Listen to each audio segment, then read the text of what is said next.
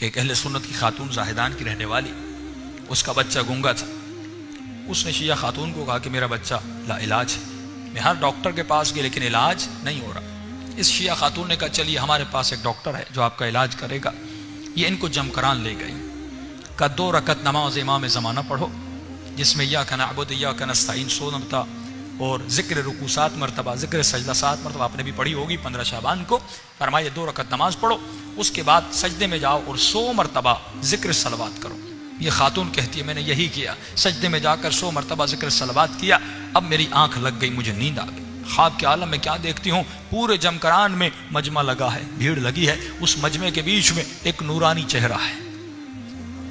میں سمجھ گئی یہ وہی ہے جو میرا مسئلہ حل کرے گا، یہ وہی ہے جو میری مشکل کو حل کرے گا. لیکن میں بات کرنا چاہتی تھی، جیسے میری زبان پر تالے لگ گئے. میں بات کرنا چاہتی تھی لیکن پورا وجود میرا کانپ رہا تھا، کیسے بات کروں. ایک عجیب ہیبت میرے وجود پہ طاری ہو گئی. ایک مرتبہ اس شخص نے مڑ کر دیکھا کہ چہرہ چاند کی طرح چمک رہا تھا. انہوں نے کہا خاتون اپنے بیٹے کی شفا کے لیے آئی ہو؟ میں نے کہا مولا شفا کے لیے آئی ہوں. کہ تم نے نماز پڑھی؟ میں نے کہا مولا نماز پڑھی. کہ دوبارہ نماز پڑھو.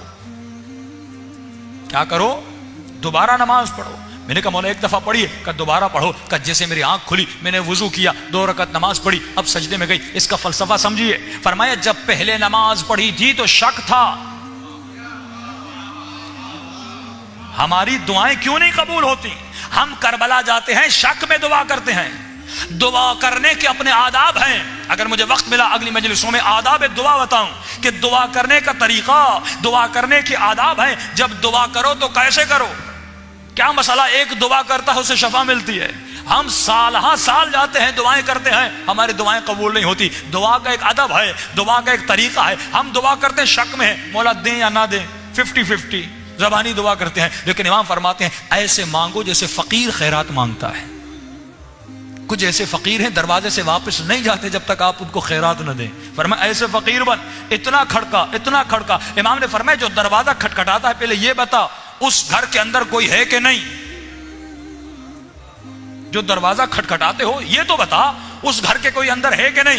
کہ مولا یقین ہے خدا سن رہا ہے، آپ سن رہے ہیں، گھر کے اندر کوئی ہے. تو امام نے فرمایا پھر اتنا کھٹکا جب تک وہ دروازہ کھول نہیں لیتا. جب گھر کے کوئی اندر ہے تو یقیناً دیر یا سویر تمہارے دروازہ کھولے گا. امام فرماتا ایسے مانگ، یقین کر کے مانگ. اسی لیے میں زور دیتا ہوں آپ پر کہ عزیزان محترم اپنی روحانیت کو اتنا بڑھائیے کہ اہل بیت کی کم از کم زندگی میں 1 مرتبہ زیارت ہو جائے. جب زیارت اہل بیت ہو جائے گی اس کا مطلب آپ کو یقین پیدا ہو جائے گا.